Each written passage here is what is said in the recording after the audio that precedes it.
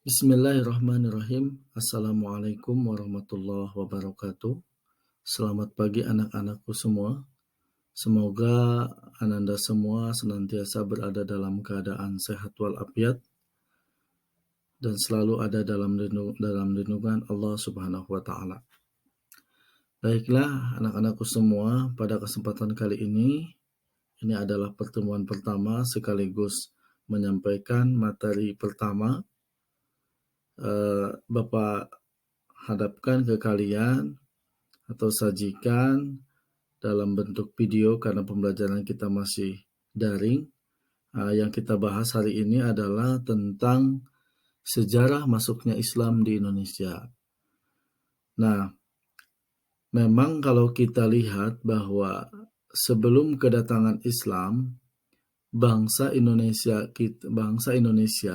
atau negara kita ini sudah menganut berbagai macam kepercayaan seperti animisme, kemudian dinamisme, atau kepercayaan-kepercayaan lain yang itu sangat kuat dan sangat mengakar di masyarakat Indonesia.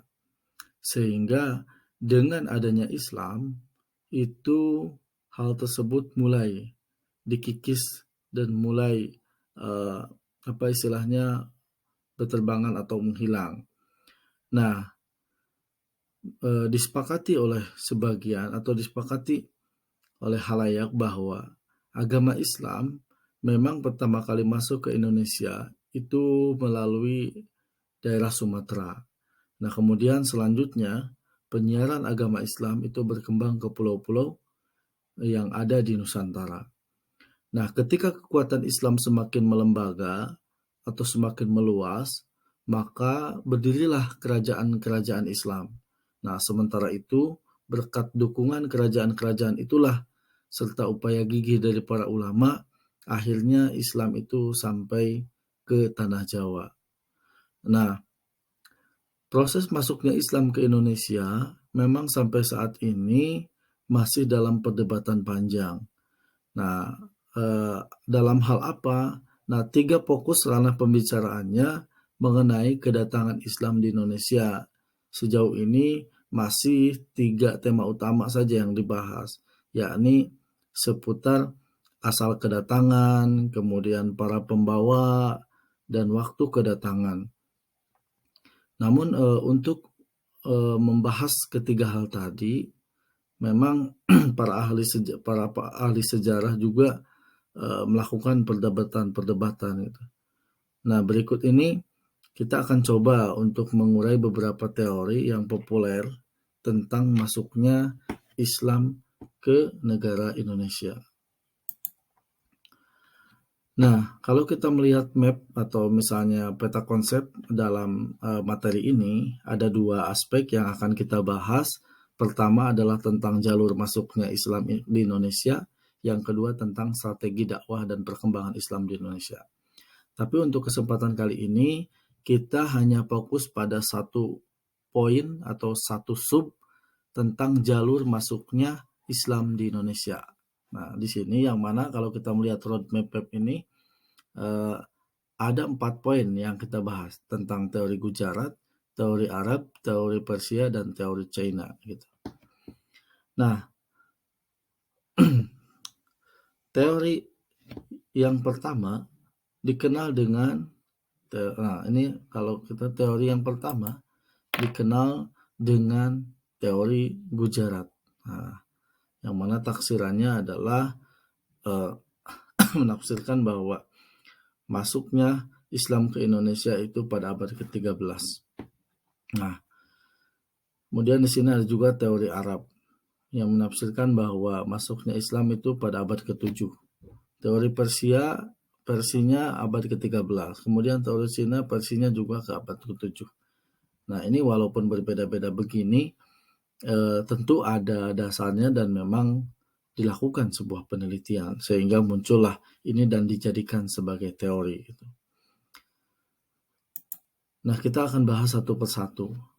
Yang pertama adalah tentang teori Gujarat gitu ya. Nah, teori ini dipopulerkan oleh seorang orientalis Belanda gitu ya, yang meneliti tentang Islam di Indonesia, bernama Snouk, Snouk Hurkroch. Nah ini adalah salah seorang orientalis Belanda yang meneliti tentang Islam di Indonesia.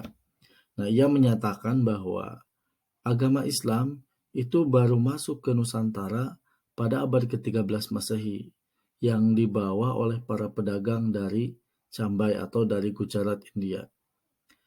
Nah, memang sebagian besar sejarawan asal Belanda memegang teori bahwa Islam di Indonesia berasal dari anak benua India. Jadi bawaannya dari India gitu. Karena memang negara kita juga dulu namanya India gitu. Nah, salah seorang ilmuwan barat itu adalah Jan Fitznapel, ini yang kedua ya. Itu mengkaitkan asal mula Islam di Indonesia dengan daerah Gujarat. Nah, menurutnya bahwa orang-orang Arab bermadhab Syafi'i yang bermigrasi dan menetap di wilayah India yang membawa Islam ke Nusantara. Jadi mereka gitu yang membawa Islam ke Nusantara itu sebenarnya. Kalau menurut mereka, menurut Jan Fitznapel gitu ya. Kemudian Snouk juga memang mengembangkan teori ini. Dia berpendapat bahwa ketika Islam tiba di beberapa kota pelabuhan anak benua India, nah banyak di antara penduduknya yang beragama Islam dan tinggal di sana sebagai pedagang perantara dalam perdagangan Timur Tengah dengan Nusantara. Nah, lalu mereka datang ke dunia Melayu atau ke negara kita, negara Indonesia, sebagai para penyebar Islam pertama. Nah, setelah itu disusulah oleh orang-orang Arab. Dia mengatakan bahwa abad ke-12 sebagai periode paling mungkin dari permulaan penyebaran Islam di Nusantara. Nah, jangan salah bahwa Jan Fitznapel juga adalah seorang orientalis dari Universitas Leiden Belanda, yang mana dia fokus pada manuskrip Melayu. Jadi penelitian terhadap manuskrip-manuskrip atau teks-teks gitu ya. Nah, ia menyatakan bahwa masuknya Islam ke Nusantara itu ya lewat pedagang dari Gujarat. Gitu. Nah, penjelasan ini yang didasarkan pada seringnya kedua wilayah India dan Nusantara atau negara kita ini disebut dalam sejarah Nusantara klasik. Nah, dalam penjelasan lebih lanjut mungkin Fitznapel ini apa istilahnya ya, menyampaikan logika terbalik, yaitu bahwa meskipun Islam di Nusantara dianggap sebagai hasil kegiatan orang-orang Arab, tetapi hal ini tidak langsung datang dari Arab, melainkan dari India, terutama dari pesisir barat. Jadi dia memberikan tanggapannya begitu. Bukan dari Arab, tapi walaupun kecenderungan Islam itu dari Arab, bukan dari Arab, tapi dari India gitu. Nah, jika logika ini dibalik, maka dapat dinyatakan bahwa meskipun Islam di Nusantara berasal dari India, sesungguhnya ia dibawa oleh orang-orang Arab juga. Jadi begitulah persepsinya gitu ya.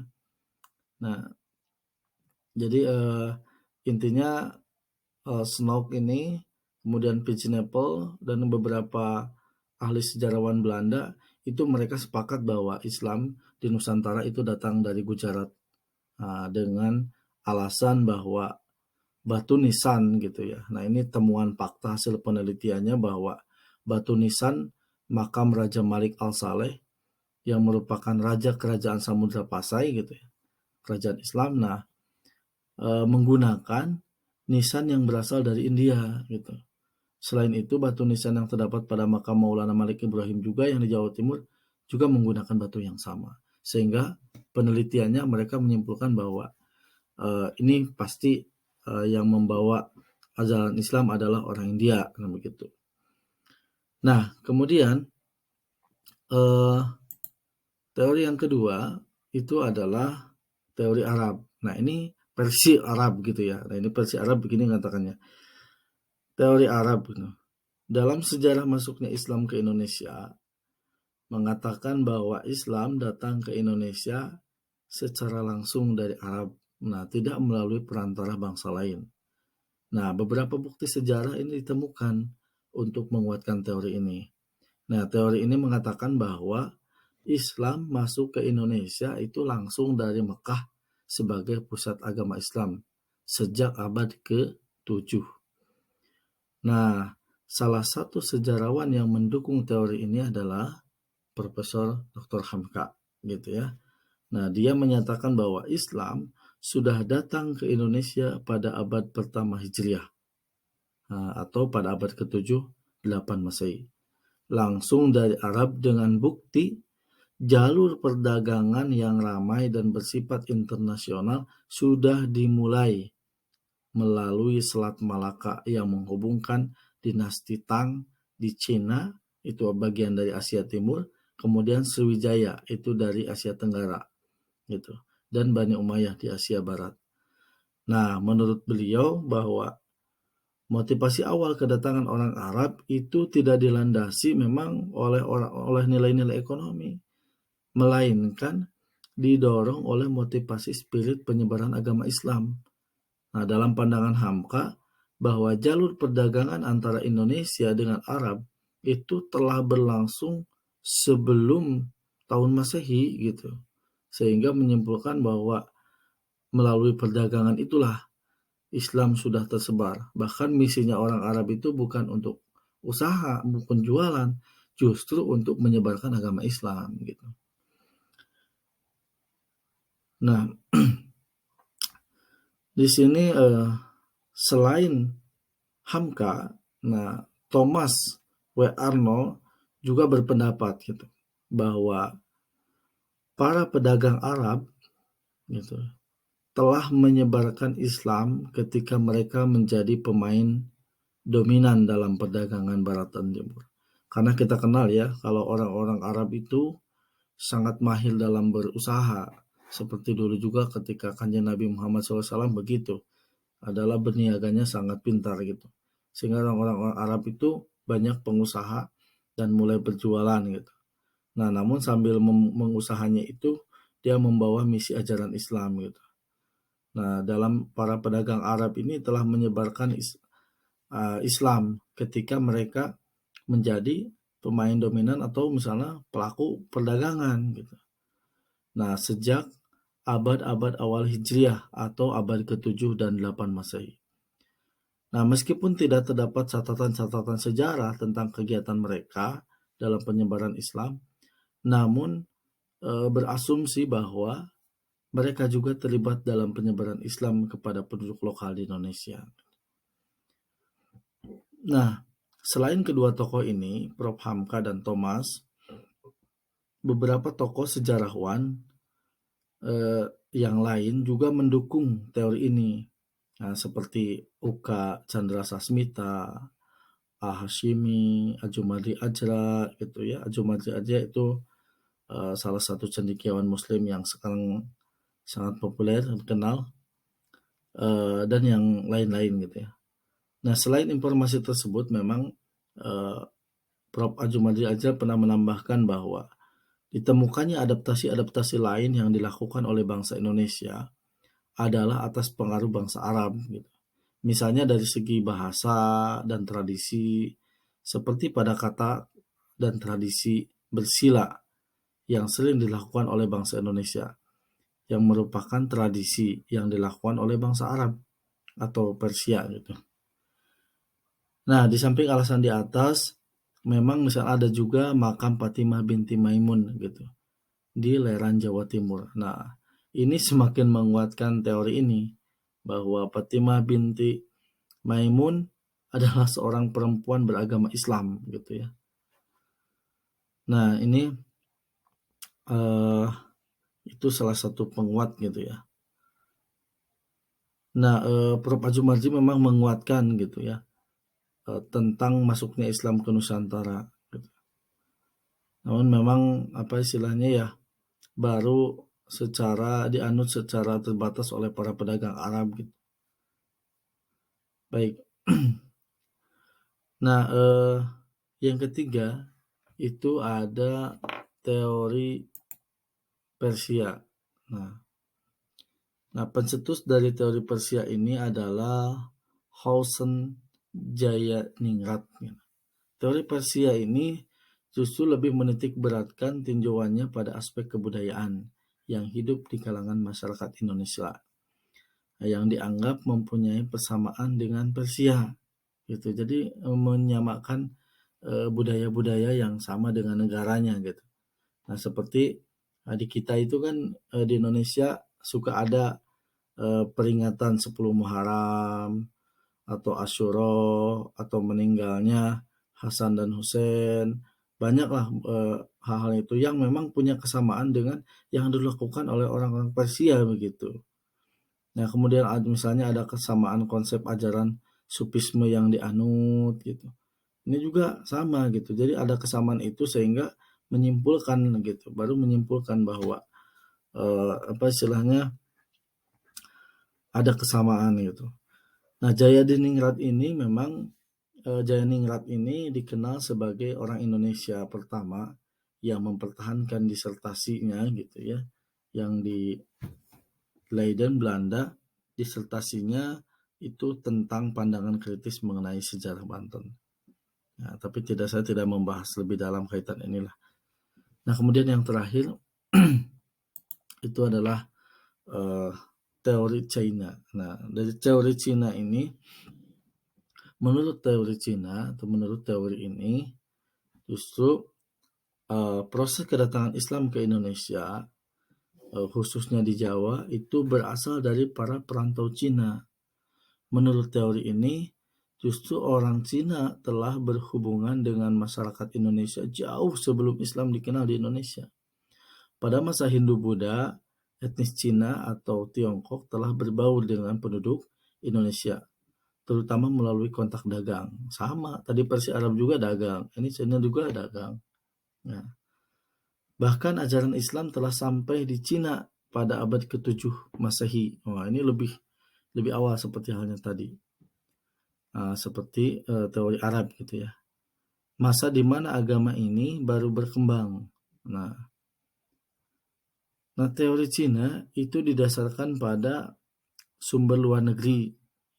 Jadi dia mengumpulkan teori-teori dari luar atau bukti-bukti dari luar, kemudian juga mengumpulkan dari lokal seperti babat dan hikayat atau kisah-kisah cerita gitu ya, atau buku-buku kitab gitu yang memang memuat perjalanan historisitas atau apa istilahnya sejarah gitu ya, sejarah keagamaan Islam di Indonesia.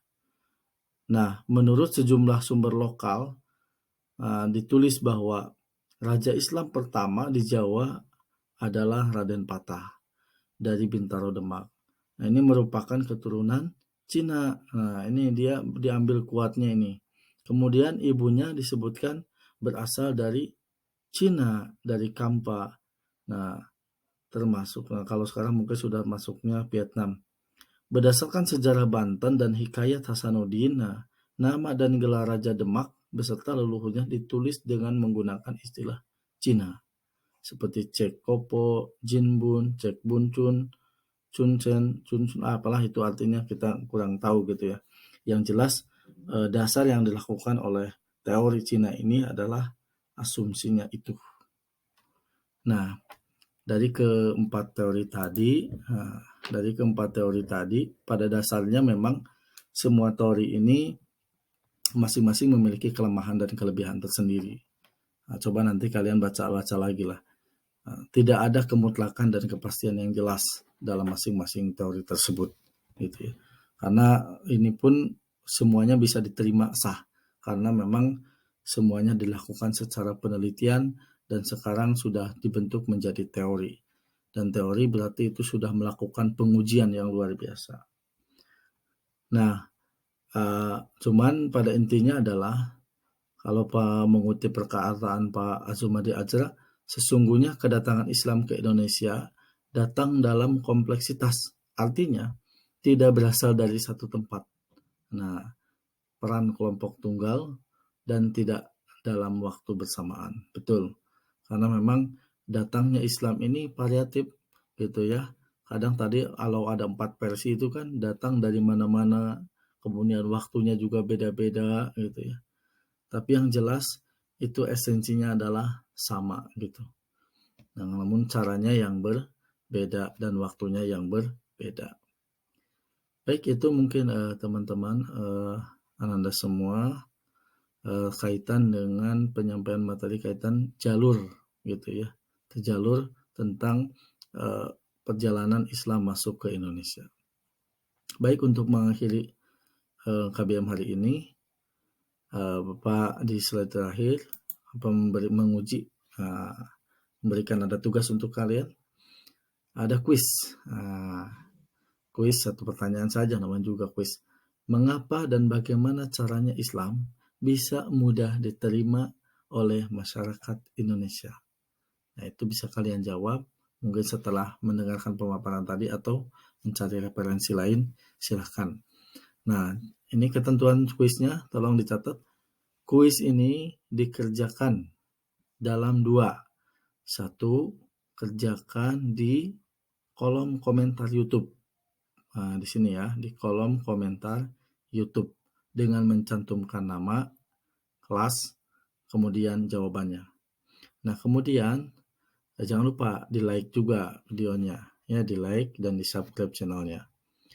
Nah, kemudian yang kedua, kuis ini dijawab juga di buku catatan SKI. Nah, ditulis soalnya, kemudian dijawab. Nah, tulis di sana ada tanggal pertemuan ke-1. Nah, kuisnya ini dan jawabannya silahkan ditulis. Sama nggak jawabannya dengan yang ada di komentar YouTube? Ya sama, kalau kamu nulisnya begitu, ya begitu di komentar YouTube. Jadi satu kesamaan, cuman 2 arsip. Nanti bukunya juga akan dikumpul. Baik, itu yang bisa saya sampaikan. Kurang lebihnya mohon maaf. Tetap semangat, jangan malas untuk mengerjakan tugas, karena orang-orang malas tidak akan pernah berhasil.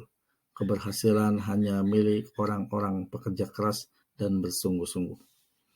Rajinlah berdoa dan berusaha. Baik, terima kasih. Wassalamualaikum. Sampai ketemu pertemuan yang akan datang. Assalamualaikum warahmatullahi wabarakatuh.